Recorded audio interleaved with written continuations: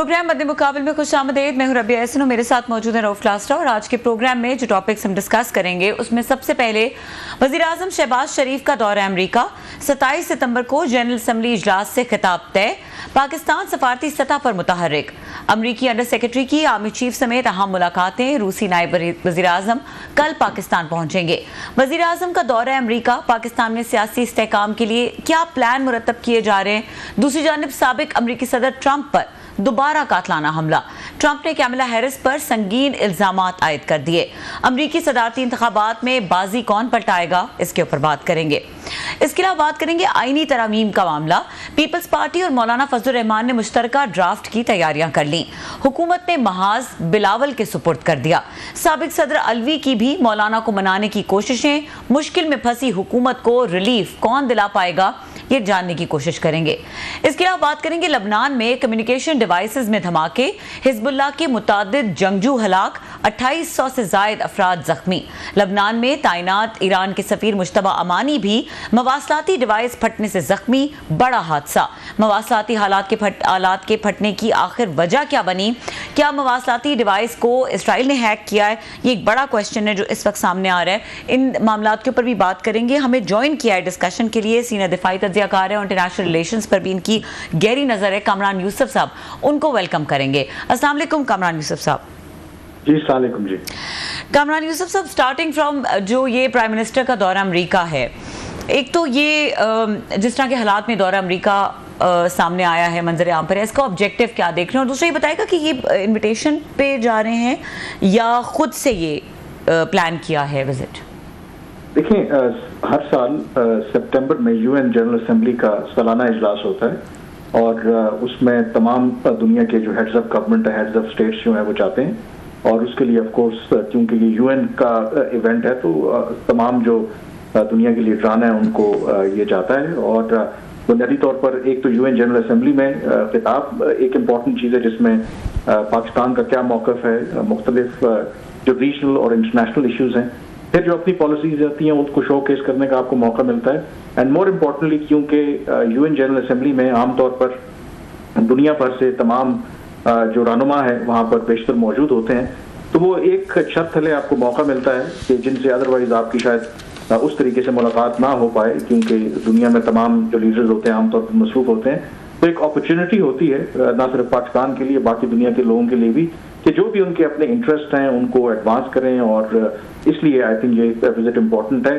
जो coming visit of course इसके भी साइडलाइंस के ऊपर कई मुलाकातें होंगी, और जो मेरे नज़दीक आई थिंक जो इम्पोर्टेंट मुलाकात है, दो कि पाकिस्तान में हम ज़्यादा फोकस नहीं करते, वो बांग्लादेश के इस वक्त जो अबूरी हुकूमत के सरबराह हैं professor Mohammad Yunus, I think कोशिश हो रही है कि पाकिस्तान के प्राइम मिनिस्टर और प्रोफेसर यूनुस के दरमियान मुलाकात हो, और मुमकिन है कि मुलाकात होगी। और मुलाकात अगर हुई तो ये एक बहुत बड़ा I think after many years एक ब्रेक थ्रू होगा, क्योंकि डिटेल में जाने की जरूरत नहीं। आपको पता है 15 साल शेख हसीना वाजिद जब रहीं तो उन्होंने पाकिस्तान को बिल्कुल घास नहीं डाला, हाई लेवल इंगेजमेंट बिल्कुल खत्म हो गई थी, क्योंकि वो शेख हसीना जो हैं भारत की बिल्कुल पपेट थी और पाकिस्तान के हवाले से कोई भी मूव वो भारत से इजाजत लिए बगैर नहीं करती। तो एक तो ये इम्पोर्टेंट है, और दूसरा ऑफ कोर्स और भी कई जो मीटिंग्स हैं वहाँ पर जो प्राइम मिनिस्टर करेंगे। अच्छा कामरान, ये बताएं कि प्राइम मिनिस्टर इसको किस तरह से देख रहे होंगे। लाइक ये एक बड़ा दौरा है पाकिस्तान के लिए, जो दौरा अमेरिका होता है वो हमेशा अहमियत का हामिल होता है। उनके नज़दीक क्या ऑब्जेक्टिव्स होंगे जो वो इस दौरे से हासिल करना चाहेंगे? देखिए, ये पहली मरतबा वो नहीं जा रहे, पहले भी जब वो प्राइम मिनिस्टर थे तो वो जा चुके हैं यूएन जनरल असेंबली में। और जैसे मैंने कहा कि जो मेन आपका ऑब्जेक्टिव होता है, क्योंकि इस वक्त पाकिस्तान जिन हालात से गुजर रहा है, ऑब्वियसली आपको जो आपके दोस्त हैं उनसे अपनी मजीद दोस्ती कैरी करने की ज़रूरत है, और जो आपके एडवर्सरीज हैं उनको किसी हद तक न्यूट्रलाइज करने की ज़रूरत है। तो इस तरह के जब इंटरनेशनल इवेंट्स होते हैं तो उसमें ऑब्वियसली आपको एक मौका मिलता है कि आप अपना पर्सपेक्टिव एडवांस कर सकते हैं। दूसरा आई थिंक इसकी सिग्निफिकेंस इस मरतबा ये भी है, क्योंकि आपको पता है कि 1 जनवरी से यानी कि अगले साल 2025 पाकिस्तान, क्योंकि आपको पता है कि मुंतखब हुआ है यूएन सिक्योरिटी काउंसिल का जो गैर मुस्तकिल रुकन होता है, तो 2 साल के लिए पाकिस्तान जो हिस्सा होगा जो 15 रुकनी यूएन सिक्योरिटी काउंसिल है। और जब आप यूएन सिक्योरिटी काउंसिल के ऑब्वियसली मेंबर होते हैं, इवन गैर मुस्तकिल हों, तो उसमें भी ऑब्वियसली आपको बहुत से एडवांटेजेस होते हैं। तो आई एम श्योर कि इस कॉन्टेक्स्ट में भी जब प्राइम मिनिस्टर शहबाज शरीफ जाएंगे तो जो भी वो ग्राउंड वर्क है या जो भी पाकिस्तान किस तरह का रोल प्ले करना चाहेगा जब 2 साल वहां पर as a part of UN security council का मेंबर रहेगा, तो इस कॉन्टेक्स्ट में भी ये विजिट इंपॉर्टेंट है। And secondly of course Pakistan को इस वक्त जिन चैलेंजेस का सामना है वो दहशतगर्दी के खिलाफ जंग हो एंड मोर इम्पोर्टेंटली जो हमारी इकोनॉमिक सिचुएशन है उसको सामने रखते हुए यकीनी तौर पर वो दुनिया को बताने की कोशिश करेंगे कि वो आए पाकिस्तान में आके सरमायाकारी करें, और आई थिंक यही ब्रॉडर ऑब्जेक्टिव्स हैं उनके। जी बहुत शुक्रिया कामरान आपका, आपने बड़ा तफसील से बताया।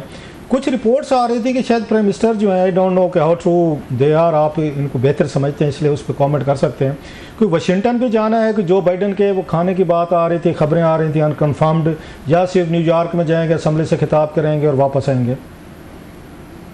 इसकी अभी तक मेरे ख्याल में तस्दीक नहीं हो सकी, क्योंकि अगर तो मेरा ख्याल है अगर आप जो बाइडन को अदरवाइज देखें जब से वो सदर मुंतखब हुए, उन्होंने तो एक कम्प्लीटली पाकिस्तान को इग्नोर किया। आपको पता है कि उन्होंने इमरान खान के साथ टेलीफोन पर बात नहीं की। इवन उस मौके के ऊपर जब अमरीकी अफवाज अफगानिस्तान में मौजूद थे, जब उनका इनखला हो रहा था और अमरीकियों को पाकिस्तान की मदद की ज़रूरत थी, उस वक्त उन्होंने पाकिस्तान के साथ इंटरेक्ट नहीं किया। फिर जब पीडीएम की गवर्नमेंट बनी, शहबाज शरीफ उस वक्त प्राइम मिनिस्टर बने, कुछ खतों का एक्सचेंज तो जरूर हुआ, लेकिन अगेन उन्होंने कोई टेलीफोन पर बात नहीं की। अब भी जब ये मुंतखब हुए तो कोई इस तरह की हाई लेवल जो है ना इंगेजमेंट नहीं हुई। तो गिवन द फैक्ट कि अब जो बाइडन चंद महीनों के मेहमान हैं, एक तो अगर पाकिस्तान ये मीटिंग सीख भी कर रहा है तो आई डोंट थिंक सो कि it is advisable, given the fact कि चंद महीनों के बाद एक जो नई गवर्नमेंट वहां पे या नए जो सदर आएंगे, तो मेरे लिए बहुत हैरान कुन होगा कि इस मौके के ऊपर अगर प्रेसिडेंट बाइडन शहबाज शरीफ को या किसी भी पाकिस्तानी लीडर को ऑडियंस दें, क्योंकि we have to admit one thing कि माजी में अगर तो पाकिस्तान एक बड़ी प्रायोरिटी हुआ करता था, तो अब अगर आप वॉशिंगटन में लोगों से बात करें, जो मेरी भी बात होती रहती है, तो पाकिस्तान वहां पर कोई प्रायोरिटी नहीं है, which is also a good thing. कई लोग कहते हैं कि हमेशा हमें गिला रहता था कि जब वॉशिंगटन से या कैपिटल हिल से बात आती थी तो पाकिस्तान पर तनकीद होती थी, डू मोर, पाकिस्तान पर इल्जामात लगते थे दहशतगर्दी के। तो अगर वहां पे खामोशी है तो पाकिस्तान उसको एज एन एडवांटेज भी ले सकता है कि अगर पाकिस्तान के हक में बात नहीं हो रही तो पाकिस्तान के खिलाफ भी बात नहीं हो रही। लेकिन at this stage I don't think so कि जो बड़े इस वक्त इशू है, यूक्रेन हो, मिडिल ईस्ट हो, उसको अगर आप सामने रखें तो Pakistan figures anywhere in the US policy. तो फिर हम ये समझें आपकी बात से कि बेसिकली शहबाज शरीफ साहब अमेरिका विजिट पे नहीं जा रहे, वो यूएन और जनरल काउंसिल के विजिट पे जा रहे हैं, तो फिर तो मेरा ख्याल है जो पहली या आखिरी विजिट थी किसी पाकिस्तानी प्राइम मिनिस्टर की जिसको वाइट हाउस ने जिनको इनवाइट किया था और वहाँ पे गए थे, मुज़ाकरात मुलाकात हुई, वो तो इमरान खान साहब की थी 2019 में। मेरा ख्याल है ट्रंप जब वहाँ पे जो प्रेसिडेंट थे, उसके बाद तो ऑफिशियली तौर पर तो किसी प्राइम मिनिस्टर की कोई विजिट हमें नज़र नहीं आती। ये मतलब यूएनओ के असम्बली में जाना दैट्स मतलब भाई नॉर्मल, वो हर साल कोई ना कोई हमारा प्राइम मिनिस्टर जाते रहते थे, ये तो एक तरह का रस्म है, रिवाज है या जो भी है। तो इन अदर वर्ड्स ये 2019 के बाद तो कोई अमेरिका की विजिट नहीं है कि अमेरिकन ने हमें इन्वाइट नहीं किया। एग्जैक्टली, आई थिंक इसमें कोई सीक्रेट नहीं है कि 2019 जुलाई आखिरी मरतबा कोई भी जो प्राइम मिनिस्टर है, पाकिस्तान का लीडर है, उसको व्हाइट हाउस आने की दावत दी गई। और उसमें भी आई थिंक जो कलीदी किरदार अदा किया था, आपको पता है कि एक तो जो डोनाल्ड ट्रंप थे वो एक गैर रिवायती सियासतदान है, और फिर एक आध जो उनके करीब समझे जाने वाले कांग्रेसमैन थे वो इमरान खान के फैन थे। उसकी वजह से ही पाकिस्तान को मौका मिला कि डायरेक्ट लिंक एस्टेब्लिश करें विद जो डोनाल्ड ट्रंप के साथ। एंड देन आई थिंक उस वक्त हमारे शुरू में जो सऊदी अरेबिया के साथ अच्छे ताल्लुकात थे, तो मैंने भी उस वक्त स्टोरी की थी। तो मोहम्मद बिन सलमान उनका बड़ा क्लोज लिंक है, जो डोनाल्ड ट्रंप के दामाद थे जेरेड कुशनर, तो उन्होंने भी एक रोल प्ले किया था। तो उस तरीके से वो इन्विटेशन जो है वो मैनेज हुआ था व्हाइट हाउस से। लेकिन जो बाइडन जब सदर बने, तो आपको पता है जो बाइडन इससे पहले वाइस प्रेसिडेंट थे, उससे पहले फॉरेन रिलेशंस कमेटी के वो चेयरमैन रहे, one of the longest serving senators. और कैरी लूगर जो बिल आपको याद होगा जब पीपल्स पार्टी के दौर में आया था, उसके असल जो इनिशिएट किया था, उसके असल जो ऑथर थे वो जो बाइडन थे, क्योंकि उनका ख्याल था कि अगर हम सिविलियन एड बढ़ाएंगे सिक्योरिटी असिस्टेंस पर कम रिलाय करेंगे, पाकिस्तानी अवाम के ऊपर खर्च करेंगे, तो शायद अमरीकी मफादात के लिए बेहतर है। लेकिन जो बाइडन ने पाकिस्तान को, पाकिस्तानी सियासतदानों को इतना करीब से देखा था, शायद वो अपनी असेसमेंट में इस नतीजे पे पहुंचे कि इन पाकिस्तानियों का कोई इलाज नहीं है। तो शायद उन्होंने फिर बेहतर समझा कि उनका बहुत ज्यादा पाकिस्तान के बारे में जो जानना है वो एक्चुअली डिसएडवांटेज साबित हुआ हमारे लिए। तो इसी वजह से आई थिंक उसके बाद तो फिर पाकिस्तान की उस तरीके से वैल्यू भी नहीं रही, गिवन के अफगानिस्तान से वो निकल के यूक्रेन की जंग शुरू हो गई। बताया कि खान साहब से रिलेटेड कुछ जो पॉजिटिव फैक्टर्स है, जिसके बाद उनको बड़ा प्रोटोकॉल दिया गया, ट्रंप साहब खुद भी मिले, उनकी फैमिली भी मिली, ये मतलब अनयूजुअल था हमने देखा, और साथ में तस्वीरें भी खींचेंगे, सब कुछ हुआ। तो बाद में खबरें सामने आई कि बेसिकली ट्रंप साहब और उनके दामाद जो हैं, जो हमारा रूजवेल्ट होटल है वहाँ पे न्यूयॉर्क में,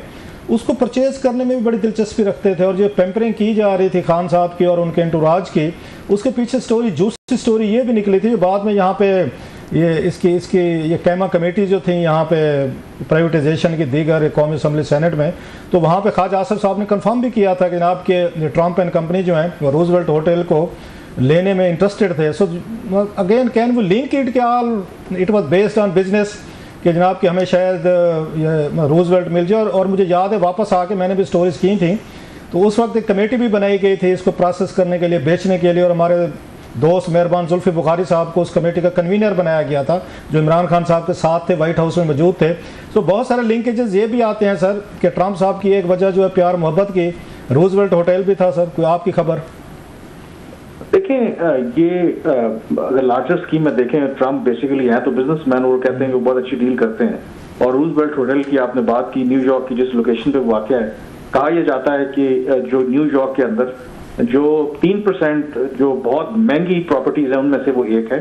तो इसमें कोई आई थिंक गिवन कि वो खुद एक बहुत बड़े प्रॉपर्टी टाइकून है जो डोनाल्ड ट्रंप हैं, तो ये ऐन मुमकिन है। लेकिन आई थिंक मेरा नहीं ख्याल कि सिर्फ एक ये ऑब्जेक्टिव होगा। जो मुझे लगता है कि अब अगर हाइंडसाइट विजडम जो है वो हमेशा आसान होता है, लेकिन अगर आप उसके बाद की डेवलपमेंट्स देखें, सबसे जो बड़ा ऑब्जेक्टिव था उस वक्त जनरल बाजवा साहब का भी शायद यही ख्याल था। उससे पहले आपको पता है कि CPEC का आगाज हमने किया था, चीन के साथ हमारे ताल्लुकात बहुत ज्यादा डीपन हो गए थे, सेकंड फेज शुरू होने वाला था। अब अगर आप उनको कैलकुलेट करें, डोनाल्ड लू ने भी हाल ही में एक बयान दिया कि CPEC तो 2019 से ही बंद हो गया था। तो बहुत से लोगों का ख्याल है कि उसमें जो सबसे बड़ा ऑब्जेक्टिव अमेरिका का, वो बुनियादी तौर पर पाकिस्तान को चीन से दूर करना था। और नोइंगली और अननोइंगली उसमें आई थिंक अमेरिका कामयाब भी हुआ, वो सेकंड फेज कभी भी आगे ना बढ़ सका। तो मुझे लगता है कि उसका लार्जर स्ट्रेटेजिक ऑब्जेक्टिव था पाकिस्तान को, प्राइम मिनिस्टर को बुला के, आर्मी चीफ को, उस वक्त के DGISI सारों को प्रोटोकॉल दे करके ये मैसेज करना कि जी हम आपके साथ हैं, उनको लारा लगा दिया। और हमने थोड़ा हाथ आपको पता है खींच लिया। आपको पता है रज़ाक दाऊद की स्टेटमेंट्स, इमरान खान की अपनी स्टेटमेंट्स IPPs के बारे में, उससे चीनी बड़े नाराज हुए। तो मैं सिर्फ एक वो डील की हद तक नहीं देखता, आई थिंक जो लार्जर उसमें ऑब्जेक्टिव था अमेरिका का, उसमें उस वक्त वो कामयाब हुआ। जॉन बोल्टन थे मेरा ख्याल, अगर मैं सही नाम ले रहा हूँ, जो सिक्योरिटी के एडवाइजर भी थे ट्रंप साहब के दौर में, उनका एक आया था इंटरव्यू आया था, मैंने सुना था, आपने यकीनन सुना होगा, मिस नहीं कर सकते। उसमें इमरान खान साहब की बड़ी तारीफें कर रहे थे कि जी हमें खान साहब को हमें सपोर्ट देनी चाहिए, हमारे लिए वो बेहतर वो साबित हो सकते हैं विज़ा विज़ ये चाइना। आपने मेरा ख्याल है यकीन जॉन बोल्टन का वो इंटरव्यू सुना होगा।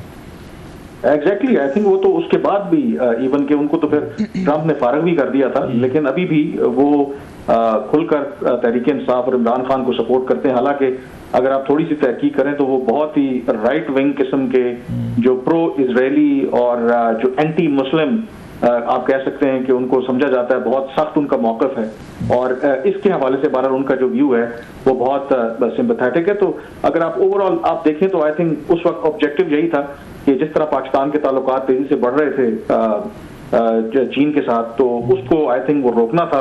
और उसमें आई थिंक जो उस वक्त के हमारे जो एस्टेब्लिशमेंट थी, जो आर्मी चीफ थे, ISI के चीफ थे, शायद उनको भी ये लगता था कि हम ज्यादा ही चीन की तरफ झुक गए हैं, तो थोड़ा सा हमें अपने आप को विड्रॉ करना चाहिए। और वो इस उम्मीद में थे कि जी अगर हम ये करेंगे तो शायद हमें अमेरिका बहुत कुछ दे देगा। तो वो उनकी एक शॉर्ट साइटेडनेस थी कि अमेरिका को, आपको पता है कि अफगानिस्तान से वो निकल रहे थे, उस तरह के फ्री लंचेस तो देने नहीं थी, आपको ग्रांट्स देनी नहीं थी, ना ही अमेरिका जो है अब गिवन जो चीन की जितनी भी इन्वेस्टमेंट है पाकिस्तान के अंदर, कि आज अगर वो हमें ऑप्शन दे कि जी आप चीन को छोड़कर हमारी तरफ आ जाए, तो अमेरिका कभी भी रिप्लेस नहीं कर सकता उन्हें, चीन को कभी भी रिप्लेस नहीं कर सकता। बिलियंस ऑफ डॉलर्स की जो इन्वेस्टमेंट है या इस तरह के मेगा प्रोजेक्ट्स हैं वो करेगा यहाँ पर, कभी भी नहीं करेगा।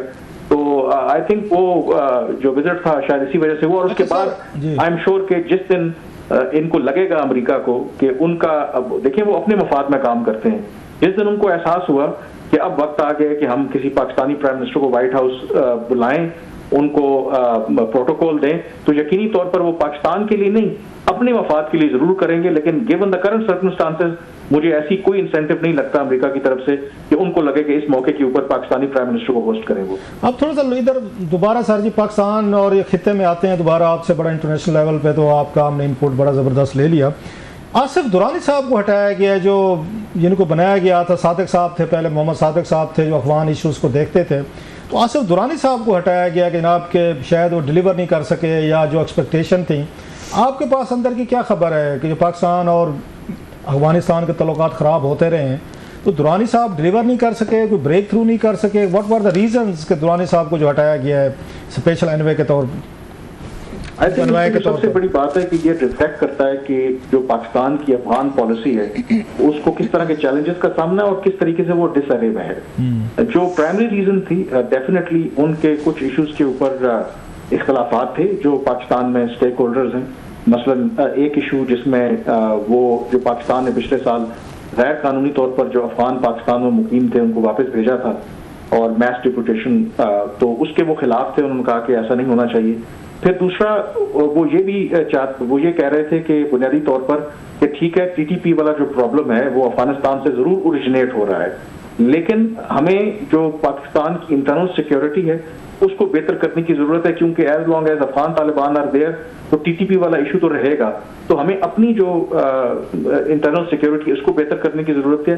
थर्डली जो जब वो रहे एज स्पेशल एनवॉय तो उनकी तरफ से कोई बहुत बड़ी पेनिट्रेशन नहीं थी, क्योंकि एज अ स्पेशल एनवॉय आपका मेन पर्पस होता ही है बुनियादी तौर पर कि आप एक राय हमवार करते हैं। तो अफगानिस्तान के अंदर भी अफगान तालिबान के अंदर भी कोई उनकी बहुत ज्यादा पजीराई नहीं थी, अनलाइक सादिक जिनकी काफी पर्सनल रिलेशनशिप थी अफगान तालिबान के साथ। जी जी जी जी नहीं, मैं कह रहा था सादिक साहब को हमने देखा, उनकी परफॉर्मेंस मेरा ख्याल है, मे बी रॉन्ग, उनकी परफॉर्मेंस कंपैरेटिवली ज़्यादा बेहतर रही है, नज़र भी आते थे। दुरानी साहब तो नज़र भी नहीं आते थे सीन पे, ग्राउंड पे कुछ करते हुए, कुछ को डिलीवर करते हुए। तो सादिक साहब के दौर में तो हमें चीज़ें नज़र आई थी। बिल्कुल, आई थिंक जो सादिक साहब थे, एक तो याद रखना चाहिए हमें कि वो 8 साल तक पाकिस्तान के एम्बेसडर रहे अफगानिस्तान के अंदर। उस वक्त ऑब्वियसली कारजाई और अशरफ गनी की गवर्नमेंट थी और उनको ये क्रेडिट जाता है। उनके दौर में मैं अफगानिस्तान भी गया था और एक तकरीब के अंदर मैंने देखा कि जब हमारे यहाँ जो नॉर्दर्न अलायंस के जी वो पाकिस्तान के खिलाफ हैं, तो एक तकरीब में देखा कि वो तमाम जो वहाँ पर डिफरेंट एथनिसिटी से ताल्लुक रखने वाले ग्रुप थे, तमाम जो पॉलिटिकल जमातों के रिप्रेजेंटेटिव थे वो मौजूद थे वहाँ पर। और उनका क्रेडिट जो है सादिक साहब को जाता था कि उन्होंने रीच आउट किया अदर देन जो पश्तून वहाँ पर थे, जो नॉन पश्तून एलिमेंट्स थे। और फिर उसके अलावा जब ये दोहा एग्रीमेंट हुआ उससे पहले जितनी भी जो डिप्लोमेसी हुई उसमें आई थिंक उनका बड़ा एक रोल था। उनका एक्सेस था कंधार, काबुल, हर जगह। जो बंदा 8 साल तक रहा हुआ अफगानिस्तान में, एक तरह के एसेट थे हमारे, तो सादिक साहब को क्यों हटाना पड़ा? दुरानी साहब को लाने की मतलब क्यों एफर्ट की कि अब दोबारा हटा भी दिया गया? So what went wrong? कोई नाराज हो गए थे कोई उनसे, सादिक साहब से कुछ लोग? जी बिल्कुल नाराज हो गए थे, क्योंकि ये जो पॉलिसी थी जब अफगान तालिबान दोबारा इक़्तिदार में आए, और उस वक्त आपको पता है कि फैज साहब और फिर इमरान खान साहब हक में थे कि टीटीपी के साथ मुज़ाकरात किए जाएं, इस मसले को हल किया जाए। और जब as Peshawar corps commander general Faiz जो हैं वो चले गए काबुल मिलने टीटीपी के चीफ से, उसमें उस वक्त ये स्पेशल एनवॉय थे मोहम्मद सादिक साहब। मैं जो बात कर रहा हूँ इम्पोर्टेंट है कि मोहम्मद सादिक साहब उस वक्त स्पेशल एनवॉय थे। इनको भी कहा गया कि आप भी चलें, एंड ही रिफ्यूज्ड। अच्छा, उन्होंने कहा कि ये जो आप काम कर रहे हैं ये बिल्कुल ठीक नहीं है कि आप दहशतगर्दों के साथ, उनके चीफ के साथ आप बराह रास्त मुज़ाकरात करें। This is a wrong strategy. हमें बात करनी चाहिए अफगान तालिबान के साथ। अफगान तालिबान ने उनको वो होस्ट करते हैं, हमें टीटीपी और दहशतगर्दों से बराह रास्त बात नहीं करनी चाहिए। ये जो 35,000 वहाँ से तालिबान लाए थे, जनरल बाजवा, जनरल फैज, इमरान खान साहब और सवात में उनको बसाया गया था, जिसपे बड़ी रोला पड़ा था, तो उस पर Sadiq sahab might be against this initiative, so he had to leave. बिल्कुल बिल्कुल अगेंस्ट थे वो। उनका ये मानना था कि हमें नंबर 1 TTP के साथ मुज़ाकरात नहीं करने चाहिए। अगर बात करनी भी है तो अफगान तालिबान को हम पाबंद करें कि उन पे डालें कि आप इनको कैसे हैंडल करते हैं। हम बराह रास्त वो बातचीत ना करें। फिर वो बिल्कुल इसके हक में नहीं थे कि इन लोगों को आप वापस आने दें। उनका ख्याल था कि बल्कि एक मौके के ऊपर जब अफगान तालिबान दोबारा इक़्तिदार में आए थे कि शायद उस वक्त बेहतरीन मौका था कि हम जो TTP की बहुत सी जो क़यादत वहाँ पे बैठी हुई थी उनको एलिमिनेट कर देते, उनको अपना मकसद हल कर लेते। लेकिन उस वक्त with in Pakistani security establishment उनका ये ख्याल था कि नहीं जी, ये हम अफगान तालिबान को अभी वो आए हैं उनको मुश्किल में डाल देंगे। तो हमने उस वक्त जो हमारी एस्टेब्लिशमेंट थी, ये भी बहुत बड़ा गुनाह है कि हमने अफगान तालिबान के इंटरेस्ट को मुकद्दम रखा और अपने इंटरेस्ट को पीछे छोड़ हमेशा सर, हमेशा ऑलवेज ये मतलब ये पहली दफ़ा थोड़ा था कि हमने उनके इंटरेस्ट को हमने आगे मुकद्दम रखे और अपने इंटरेस्ट पे कंप्रोमाइज़ किया। तो अब क्या चांसेस हैं सादिक साहब की वापसी लग रही है आपको, या again chapter is all over? क्योंकि नई कमांड, नए लोग यहाँ पे एस्टेब्लिशमेंट में चेंजेस हुई हैं। नहीं, जहाँ तक मेरी बात है, मेरी सादिक साहब से बात हुई थी, वो तो कहते हैं कि नहीं, उनका तो बिल्कुल इरादा नहीं है कि वो वापसी करेंगे। बहरहाल इन एनी केस ये एक अहम एक पोजीशन है, तो they need to find a good candidate. और गिवन के जो अभी भी नेचर ऑफ रिलेशनशिप है, शायद आपने अब टच नहीं किया जो कुछ आज पेशावर में हुआ, जो डिप्लोमेट्स ने ये सवाल, अगला सवाल मेरा ये था, ये पूछना था, इसलिए तो हम आपको अफगान इशू पे लेकर आए। जो आज हुआ है सर वहाँ पे अफगानिस्तान में, पेशावर में, how do you see that? It's a complete defence. इस तरह की तवक्को नहीं की जा रही थी कि डिप्लोमेटिक नॉर्म्स होती हैं, किसी भी मुल्क का तराना हो, लीव अलोन कि हमारा हो, अफगानिस्तान का हो, किसी मुल्क का भी बज रहा हो तो बंदे को अगेन खड़ा तो होना चाहिए सर। ये क्या हुआ है सर? बाय डिफॉल्ट है, बाय डिजाइन है? आई मे साउंड हार्श सर, लेकिन आई थिंक ये अली अमीन गंडापुर साहब और PTI वाले बड़ा बढ़ चढ़ कर जो बोल रहे थे कि जी अफगान तालिबान के साथ बात करेंगे, ये कर देंगे, वो कर देंगे, आई थिंक उनके मुंह पर बहुत जबरदस्त तमाचा पड़ा है। एक तो उन्होंने ये तकरीब थी 12 रबीउल अव्वल की, उन्होंने ऑनर किया जो अफगान के कौंसल जनरल थे, उनको दावत दी उस तकरीब के अंदर, और फिर पाकिस्तान का कौमी तराना और उस पर वो जिस ढिठाई से बैठे हुए हैं और उसकी जो तौजीह पेश की जा रही है, मसलन ये आ भी नहीं रीजन कि देखें जी वो अफगान तालिबान ये समझते हैं क्योंकि उसमें म्यूजिक भी है, ये शिरक है, वो किसी के भी कौमी तराने पे खड़ा नहीं होते। मतलब ये अजीब किस्म की इनकी मंतक है कि आपको अगर आप डिप्लोमेटिक प्रोटोकॉल्स हैं, डिप्लोमेटिक नॉर्म्स भी होते हैं, और इनके अंदर अपनी इतनी कंट्रडिक्शन है कि अभी इन्होंने पिछले महीने एक नया मॉडल कोड जारी किया जिसमें अदरवाइज जो अफगान तालिबान के अमीर हैं वो कहते हैं कि वीडियो जो बनाना, तस्वीर बनाना हराम है, लेकिन साथ ही वो ये कहते हैं क्योंकि आज के दौर की ये जरूरत है तो कुछ ऑफिशियल्स को उन्होंने अलाउ किया कि ठीक है आप इंटरव्यूज भी दें, आप अपनी तस्वीर भी बनवाएं। नहीं तो कामरान वो अपने तराने का क्या करते हैं? मतलब वो तो देखे ना, उनका वो इस चीज को मानते नहीं है मेरे ख्याल में। उनका तो जो पुराना जो तराना था और जो उनका झंडा भी है, जो अफगान रिपब्लिक जिसे कहा जाता था, वो तो उसको मानते ही नहीं है ना। आप अफगान क्रिकेट टीम के जो मैचेस भी होते हैं आप देखें, वो वही पुराना तराना बजता है, उनका पुराना फ्लैग जो है वो रेज करते हैं, लेकिन उसको ये नहीं मानते अफगान तालिबान। लेकिन हैविंग सेड दैट, मैं मतलब ये एक प्रोटोकॉल होता है, आप बेसिकली आप डिसरिस्पेक्ट कर रहे हैं। लेकिन इसमें जो इंपॉर्टेंट बात है, I think there is a clear message, मेरा ख्याल है कि अली अमीन गंडापुर साहब को और इन सारों को मिल गया है कि उन्होंने कैसे बिठा के उनके साथ शायद अभी गंडापुर साहब ने तो सर कैसे जलील किया उनको। अभी तो गंडापुर साहब ने जाना है, काबुल जाना है, कंधार जाना है, उन्होंने वहाँ पे खुंजादा साहब जो हैबतुल्लाह उनसे बातचीत करनी है, फिर उन्होंने मुल्ला ब्रदर साहब हैं कंधार में, उनसे मिलना है। अभी तो उन्हें मुज़ाकरात करने हैं, मुलाकातें करनी है सर। तो अभी से ये डिबाकल हुआ है सर, इशू हुआ है सर। बिल्कुल, आई थिंक वो मुज़ाकरात जो उनकी सलाहियत है वो कर ही ना लें। बहरहाल उनको आई थिंक ये भी मैं आपको बात बता दूं कि टू बी वेरी ऑनेस्ट, हमारे यहाँ बहुत से हमारे जो KP के बहन भाई हैं, उनको बड़ा शौक है, वो बड़ा इंस्पायर करते हैं उनसे। अगर आप चले जाएं, ये भी जो अफगानिस्तान के अंदर पश्तून है, वो कहता है ये KP वाली साइड है डोरन लाइन से इस तरफ, उनको तो पश्तून ही नहीं मानते, वो अरबी और अजमी वाला उनका हिसाब है। तो ये हम इधर बैठ के बहुत ये लोग खुश होते हैं, वो तो उनको मानते ही नहीं है जो पाकिस्तान से, इवन के जो उनके अपने लोग हैं जो यहाँ पर पैदा हुए, जो मुहाजिर हैं, उनको भी वो नहीं मानते। तो ये आई थिंक ये रियलिटी चेक जो है, जो आज की तकरीब है, अफसोसनाक भी है, एक मिला है उन लोगों को जो कि बहुत एक व्यू रखते हैं कि बड़ा उनका। Last question sir Kamran, last question, कल रशियन सीनियर एक ऑफिशियल आ रहे हैं पाकिस्तान के दौरे पर, बताया जा रहा है एनर्जी और दीगर रिलेटेड इश्यूज पे बहुत सारे कोई मुज़ाकरात होने, चीज़ें होनी है, कोई उसकी क्या इन्फॉर्मेशन है सर, जो कल बड़ा एक अहम दौरा हो रहा है सर? इम्पोर्टेंट है। आई थिंक उनके डेप्यूटी प्राइम मिनिस्टर आ रहे हैं और इस मौके के ऊपर आ रहे हैं। आपको पता है कि रीजन के अंदर बहुत सी डेवलपमेंट्स हो रही हैं। आपको पता है कि पिछले महीने जो प्राइम मिनिस्टर थे भारत के, वो पहली मरतबा सिंस 1991 जब यूक्रेन बना वो यूक्रेन गए। फिर उस विजिट के बाद जो उनके नेशनल सिक्योरिटी एडवाइजर हैं अजय डोवल, वो मॉस्को गए, उन्होंने मुलाकात की और सुनने में है कि एक दफ़ा फिर जो मोदी हैं वो जा रहे हैं रशिया। तो in these context I think ये जो विजिट है रशियन डेप्यूटी प्राइम मिनिस्टर का, इट इज़ इम्पोर्टेंट।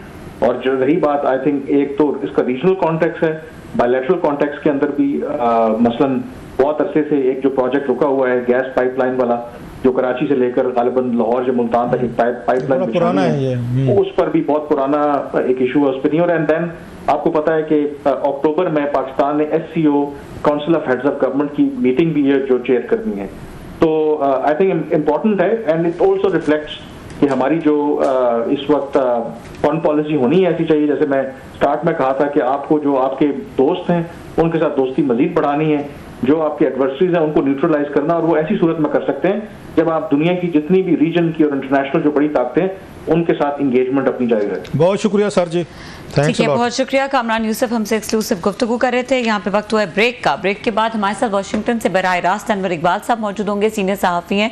उनसे बात करेंगे ये जो लेबनान का इंसिडेंट हुआ है और जिस तरह से ये दावा किया जा रहा है कि इसराइल ने ये सरप्राइज अटैक किया हिज़्बुल्लाह पर, इसके ऊपर बात करेंगे किस नौयत का ये अटैक था और क्या कह रहे हैं हिज़्बुल्लाह इसके बारे में कि ये सिक्योरिटी का सबसे बड़ा फेलियर वो उसको कह रहे हैं कि दुनिया में है, जो हो सकता है ये वो है।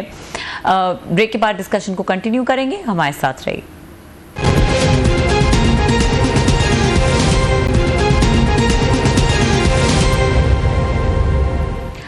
Welcome back. और वाशिंगटन से बराह रास्त अनवर इकबाल साहब हमारे साथ मौजूद हैं, सीनियर सहाफ़ी, उनको वेलकम करेंगे। अस्सलाम वालेकुम अनवर इकबाल साहब। वालेकुम अस्सलाम। अनवर इकबाल साहब, बहुत शुक्रिया आपने हमारे लिए वक्त निकाला।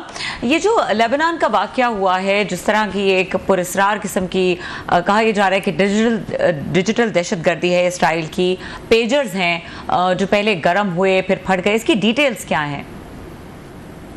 देखिए, डिटेल्स तो इस पे कोई आपको माहिर ही बता सकेगा, लेकिन एक बात तो बहुत वाज़ेह है कि अभी जो लड़ाई है एक नए मरहले में दाखिल हो गई है। आप इसके लिए जो टर्म इस्तेमाल करें, इसराइल कहेगा ये सेल्फ डिफेंस है, हम कहेंगे कि ये डिजिटल दहशतगर्दी है, लेकिन हुआ यह है कि पहली दफ़ा किसी जंग में इस तरह का डिजिटल हथियार इस्तेमाल हुआ है कि जिसमें आपके हाथ में जो पेजर्स हैं वो आपके हाथों में फट गए और इसमें देखते 2000 से ज़्यादा लोग जख्मी हुए हैं, तकरीबन 7 अफराद जो हैं ऑलरेडी हलाक हो चुके हैं। तो अब इसका मतलब आप समझते हैं, इसका मतलब यह है कि मिलियंस की तादाद में, बल्कि 2 बिलियन से ज़्यादा सारी दुनिया में सेल फोन हैं और वो सेल फोन जो है पेजर की निस्बत ज़्यादा आसानी से फट सकते हैं, उसमें ज़्यादा एक्सेसिबल हैं और उसमें ज़्यादा ऐसी चीज़ें हैं जो एक्सप्लोड कर सकती हैं। तो इसका मतलब है कि वो जो 2 बिलियन के करीब सेल फोन लिए वो लोग फिर रहे हैं, वो किसी वक्त भी टारगेट किए जा सकते हैं, कहीं भी जहां मौजूद हो। अच्छा, आज ये अगर सॉफ्टवेयर या हथियार एक हुकूमत के पास आ गया है, कल किसी बड़ी कंपनी के पास आ सकता है, परसों किसी दहशतगर्द के पास आ सकता है। यानी इसकी इम्प्लीकेशंस इतनी खौफनाक हैं जिसका अभी अंदाजा भी नहीं है। इसका मतलब यह है कि अब 2 बिलियन लोग जो हैं वो चलते फिरते टारगेट हैं, जब चाहे जो चाहे उनको, अगर थोड़ा सा होशियार है, उसके पास सॉफ्टवेयर है, उसके पास अगर कैपेबिलिटी है तो उनको टारगेट कर सकता है, उनको मार सकता है। बहुत शुक्रिया अनवर भाई आपका। आप जो बता रहे हैं इट्स वेरी स्केरी, ये तो बड़ा हॉरिबल एक सिनेरियो आप बता रहे हैं जो कि ठीक भी लगता है कि इसके बाद तो पूरी दुनिया के हेड्स ऑफ स्टेट्स हों, प्राइम मिनिस्टर्स हों, बड़े बड़े बिग ओहदेदार हों, अगर आपके पास उनका फ़ोन नंबर्स है और ये टेक्नोलॉजी जो यूज़ की गई है तो आप तो ऐसी चीज़ों का असैसिनेशन अटैम्प्ट्स में भी यूज़ किया जा सकता है। They have to be very careful. ये तो आज जितनी सिक्योरिटी एजेंसीज हैं ऑल ओवर द वर्ल्ड, तो मेरा ख्याल है वो तो हिलकर रह गए होंगे कि जनाब हमने अपने अपने हेड्स ऑफ स्टेट्स या अपने अपने डिग्निटीज़ को कैसे प्रोटेक्ट करना है। जी बिल्कुल, आप सही कह रहे हैं, 100% सही कह रहे हैं आप। ये जो काम ऐसा है जो जिसने बिल्कुल यानी गेम चेंज कर दिया, पूरा कंसेप्ट चेंज कर दिया है। और वो जो साइंस फिक्शन में हम पढ़ा करते थे इस तरह की चीजें, सबसे पहले 1984 में जॉर्ज ऑरवेल ने लिखा, उसके बाद बड़ी चीजें लिखेंगे जिसमें ये लिखा गया कि दुनिया में कैसा वक्त आएगा जिसमें ऐसी टेक्नोलॉजी इतनी तरक्की कर जाएगी कि हुकूमतें या कंपनियां भी जो हैं हर इंडिविजुअल की लाइफ को टोटली कंट्रोल कर सकेंगी। तो वो तो सामने नजर आ गया। अब आप देखें, अब पहले लोग ये कहते थे कि हाँ जी आपकी हर बात सुन सकते हैं, आपको मॉनिटर कर सकते हैं, आप कहीं भी हों आपकी शक्ल लिखी जा सकती, सब कुछ कह सकता है। लेकिन इसका प्रैक्टिकल मुजाहरा आज हुआ है कि ये तो आप कुछ भी नहीं है, आप तो कुछ भी नहीं है, आप चलता फिरता एक टारगेट है जिसको जो भी बैठा हुआ कहीं भी बटन दबाए और आप गायब। अच्छा ये बताइएगा, अभी जो बात हुई है, क्या इसराइल ने ये एक्सेप्ट किया, रिस्पांसिबिलिटी कबूल किया है कि नहीं किया है। उन्होंने कहा कि हम इस पर से जो रॉयटर्स न्यूज एजेंसी की जो खबर है उसके मुताबिक उन्होंने उनसे राब्ता किया और उन्होंने कहा कि हम इस पर तबसरा नहीं करेंगे। अच्छा ये बताइएगा, ये जो जितने लोगों के बारे में बताया जा रहा है कि हिजबुल्लाह के थे रिपोर्टेडली, मतलब मेजॉरिटी ऑफ दम, अगर दम जो है हिजबुल्लाह के वर्कर थे, कारकुन थे या जो भी एक्टिविस्ट थे, तो क्या ब्रीच हुआ है, कोई उनका डाटा ब्रीच हुआ है, उसके हाथ लगा है जिन्होंने ये अटैक किया है, कि उन्होंने सिर्फ उन्हीं लोगों को टारगेट किया है जो कि उसके हिजबुल्लाह के थे? आम शहरियों के बारे में तो मेरा नहीं ख्याल कि इस तरह की बात बताई गई, या अगर उन्होंने सबके साथ ये किया या जिनके पास पेजर थे उनको उड़ाया गया है? सर यानी पहले इसका ये मतलब होता है ना, अगर आप देखें ना, हमारे पास इंफॉर्मेशन तो नहीं है लेकिन आप ये कैलकुलेट कर सकते हैं कि पहले उनको मॉनिटर किया गया, डिटरमिन किया गया कि कौन हिजबुल्लाह के हैं, और जब एक दफा फैसला हो गया कि ये नंबर जो है पेजेस हिजबुल्लाह वाले इस्तेमाल करते हैं तो उनको फिर एक्सप्लोर कर दिया गया। जिस किसी ने भी किया तो इसका मतलब है फिर कि यानी बिल्कुल न सिर्फ ये कि एक तो ये सूरत थी वो भी बड़ी खतरनाक थी कि किसी इलाके में आपने फैसला किया कि ये जो इस्लामाबाद G611 है उसमें सारे पेजेस को उड़ा दिया जाए, वो भी बहुत खतरनाक बात है। लेकिन सबसे ज्यादा खतरनाक बात है कि आपको के पास ये कैपेबिलिटी है कि G611 में ये 200 आदमी जो है वो अगर पाकिस्तान रेलवे के लिए काम करते हैं तो उनको हम टारगेट कर लें। तो ये तो इस तरह का है ना, ये तो बाकायदा एक खास ग्रोह का पता लगा के उनके पेजेस उड़ा दिए। अच्छा माजी में तो अगर आप उसको इस तरह आपके यहाँ भी होगा, मैं जी सॉरी बोलिएगा प्लीज। जी उसकी दूसरी सूरत देखें ना कि सेल फोन पे तो इसको डिटरमिन करना ज्यादा आसान है। ये किसका है, आपकी तस्वीर भी आ जाती है, पेपर तो तस्वीर भी नहीं आती, तो वो तो बहुत ज्यादा आसानी से डिटरमिन हो सकते हैं। ये एक बहुत बड़ी तब्दीली है जो सारी दुनिया को बदल के रख देगी, पूरा डिफेंस का कंसेप्ट बदल देगी। वो आप ठीक कह रहे हैं, आपके यहाँ अमेरिका में भी होगा, ब्रिटेन में भी था। उस दिन मैं किसी कोई पावर की स्टैंडिंग कमेटी में था, वो कह रहे हैं कि ऐसे स्मार्ट आप मीटर ला रहे हैं बिजली और गैस के, कि एक मोहल्ले में अगर वहाँ पे 200 ये मीटर लगा हुआ है गैस या बिजली का और 10 लोगों को बिल नहीं दे रहे, तो सिर्फ उन 10 लोगों की बिजली या गैस बंद कर दी जाएगी, बाकी को जाती रहेगी। इट मीन्स के ये टेक्नोलॉजी तो अब आम है, मेरा ख्याल अमेरिका में, ब्रिटेन, यूरोप में भी है, हमारे यहाँ भी आ रही है। तो अगला नेक्स्ट लेवल तो यही था कि आपके टेलीफोन नंबर्स हैं, उनके पास कोई ऐसी कमांड दी गई है जो सिर्फ आपके फ़ोन पे आएगी और फट जाएगी और आप उसका target. So we are carrying the bombs, ये तो अपने हाथों में हमने बम उठाए हुए हैं सर। एग्जैक्टली। अच्छा अनवर साहब, आई में आस्क कि ये इस पेजेस की भी एक बैकग्राउंड है कि हिजबुल्लाह की तरफ से ये इंस्ट्रक्शन थी कि मोबाइल फोन्स ना यूज़ की जाएं और ये पेजर डिवाइसेस यूज़ किए जाएं। तो एक एस्पेक्ट ये भी है कि ये पेजर कॉम्प्रोमाइज थे। नहीं, कॉम्प्रोमाइज नहीं थे। असल में देखिए, जिस तरह हमारे यहाँ ये कहा जाता, हम कहते थे कि हमारे भी एक बहुत अरसे पहले की बात है कि मुझे फोन आया एक टीवी चैनल से पाकिस्तान में कि जी आपका बीपर लेना है। हमने कहा किस चीज पे, मैंने पूछा किस चीज पे, तो कहने लगे कि जनाब वो हमारे F-16 ने अमेरिकी ड्रोन तबाह कर दिए हैं, तो आप रिएक्शन दे। मैंने कहा किसी ने रिएक्शन दिया अमेरिका से? कहने नहीं, अभी स्टेट डिपार्टमेंट और पेंटागन नहीं बोले। मैंने कहा जनाब दो बातें जहन में रखें, ये आपके F-16 नहीं, अमेरिका के F-16 है। अगर अमेरिकी F-16 से आप अमेरिकी ड्रोन उड़ाएंगे तो फिर आपको अनवर इकबाल के रिएक्शन की जरूरत नहीं पड़ेगी। अनवर इकबाल से पहले पेंटागन, स्टेट डिपार्टमेंट सब बोल पड़ेंगे कि अमेरिकी हथियार से अमेरिकी हथियार मारे गए हैं और एक हंगामा खड़ा हो जाएगा। और आप में वो कैपेबिलिटी ही नहीं है कि उनकी मर्जी के बगैर आप उसको इस्तेमाल कर सकें इस तरह उन जहाजों में। तो ये तो बात ये है कि कॉम्प्रोमाइज नहीं थे। ये कंट्रोल, जो मैन्युफैक्चर, एक जो चीज जिसकी इजाद है उसका उस पर कंट्रोल होता है, जो टेक्नोलॉजी जिसकी बनाई है उसका उस पर कंट्रोल होता है। हम और आप बनाने वाले नहीं है, हम और आप सिर्फ कंज्यूमर है। जिस तरह हमारी जो फूड आइटम्स हैं या हमारे और दीगर टेक्नोलॉजी हैं, कंप्यूटर्स हैं, ये वो हम सिर्फ खरीदते हैं और इस्तेमाल करते हैं, इसी तरह हम ये टेक्नोलॉजी भी सिर्फ खरीदते हैं और इस्तेमाल करते हैं। हमारी उससे ज्यादा कोई हैसियत नहीं है। हमारे यहाँ बड़ी बड़ी तकरीरें की जाएंगी, धमकियां दी जाएंगी और कहा जाएगा कि हम नीस्त नाबूद कर देंगे और वो कर देंगे, ये कर देंगे, लेकिन हकीकत ये है कि हम सिर्फ कंज्यूमर है और कंज्यूमर का जो गुड्स उसको बेचे जाते हैं उस पर उसका कंट्रोल नहीं होता, बेचने वाले का कंट्रोल होता है। अच्छा अनवर भाई, आपने जो बातें बताई हैं वाकई मतलब है, मैंने कहा it's a very scary, very खौफनाक। अभी शायद पाकिस्तान के लोगों को उस तरह नहीं समझ आ रही होगी जैसे आप वहाँ से बैठ के चीज़ें बताने की कोशिश कर रहे हैं।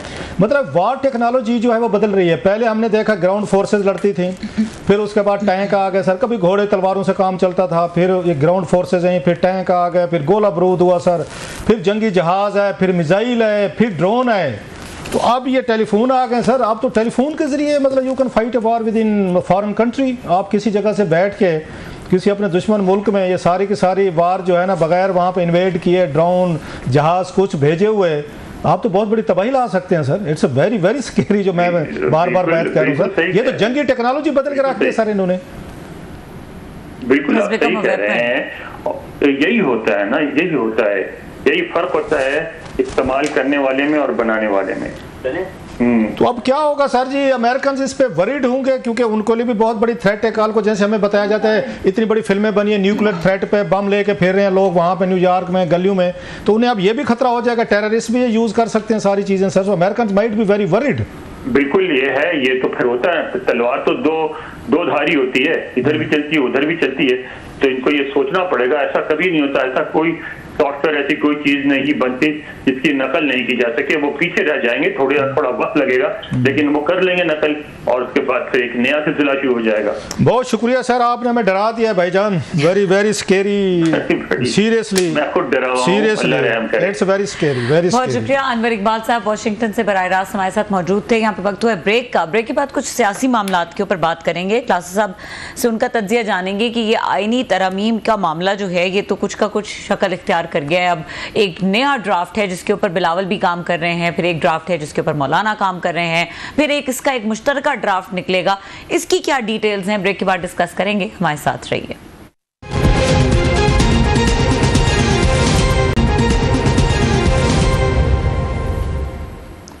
Welcome back. क्लासेस साहब, ये जो पूरा ये मामला रहा आईनी तरमीम वाला, और वैसे भी जो हमने देखा कि पॉलिटिकल सिनेरियो जिस तरह वक्तन फ़वक्तन चेंज होता रहा, स्टेप बाय स्टेप उसमें हमने देखी डेवलपमेंट्स आई।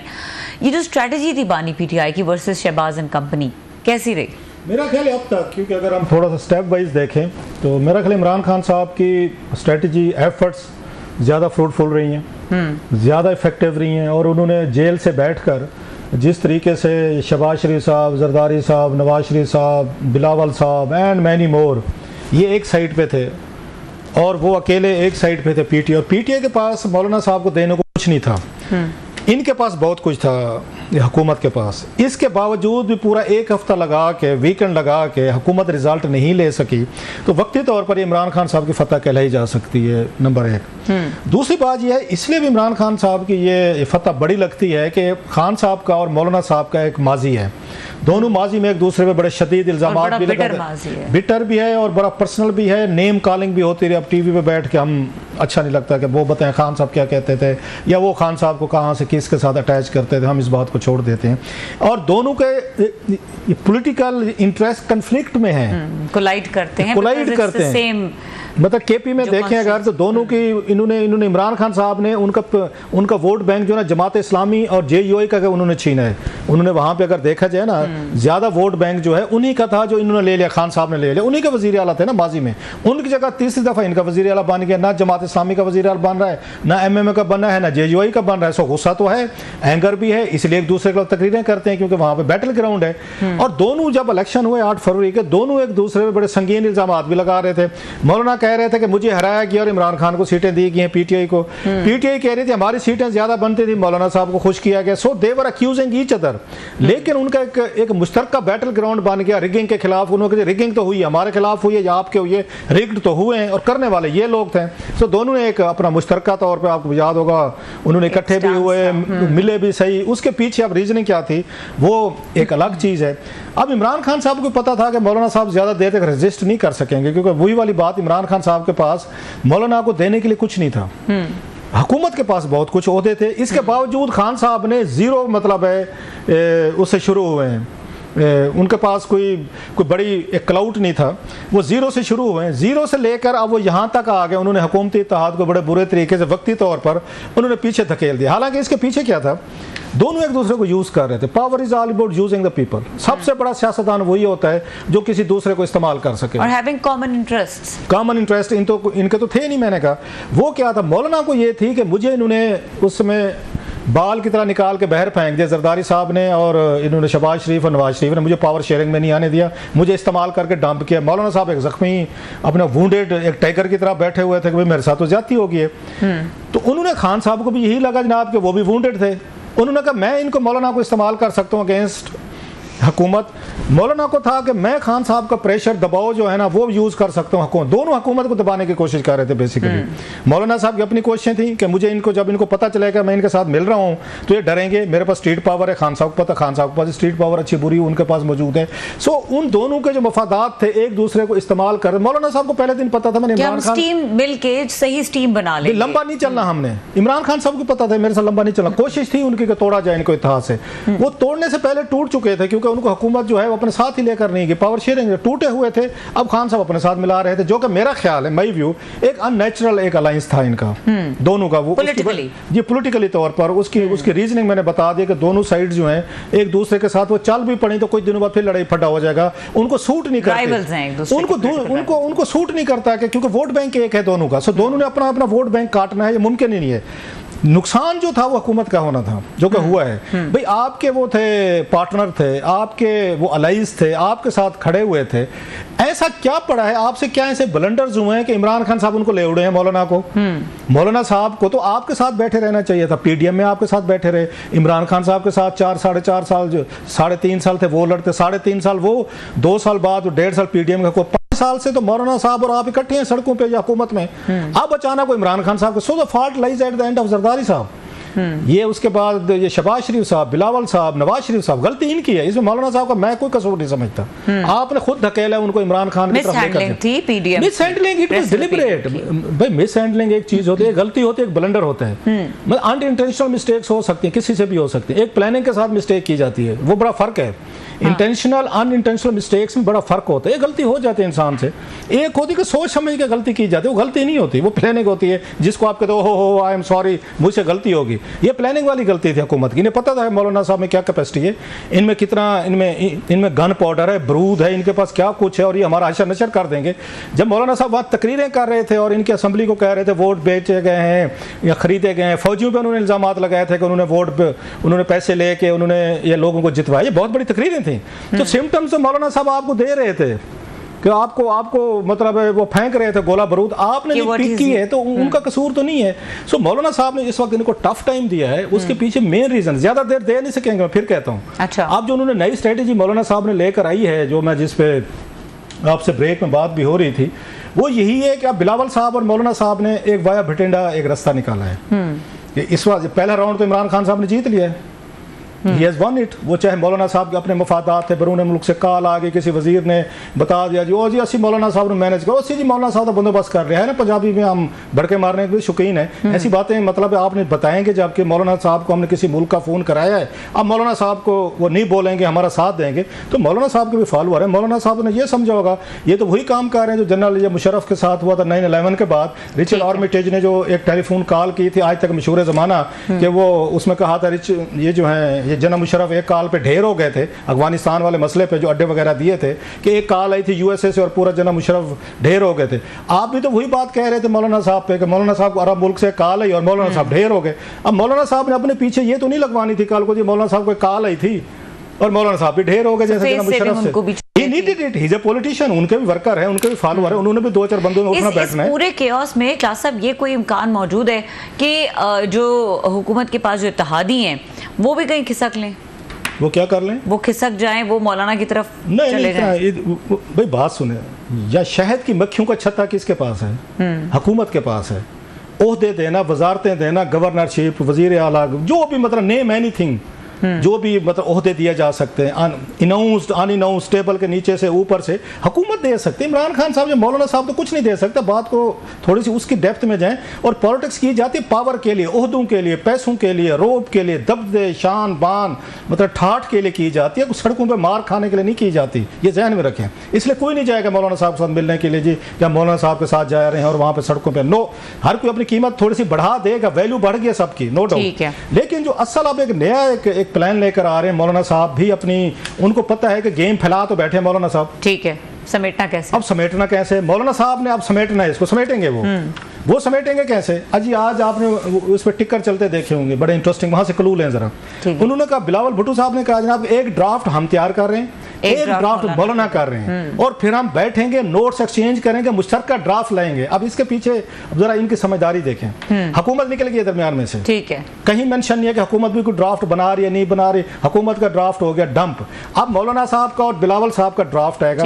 ये कल को अगर मौलाना साहब की पार्टी ये कोई बैठ के और 19-20 वही कुछ होगा जो हुकूमत चाहती है, ये जाके सबमिट करेंगे और हुकूमत को कहेंगे अब आप वोट डालें। ये दोनों मिलकर जाएंगे मौलाना साहब और बिलावल साहब हुकूमत से वोट मांगने कि हमारा ड्राफ्ट है, आप वोट डालें। हुकूमत 2-4 दिन नखरे करेगी और फिर कहेगी ठीक है ये वोट डालते हैं, तो फिर कहा जाएगा जनाब ये तो मौलाना साहब का ड्राफ्ट था, मौलाना की तरमीम है, हुकूमत को झुका दिया जनाब। मुझे तो ये इंटरेस्टिंग अपकमिंग डेज में देखेंगे कि किस तरह की सिचुएशन बनती है। प्रोग्राम देखने का शुक्रिया, इजाजत दीजिए, अल्लाह हाफिज।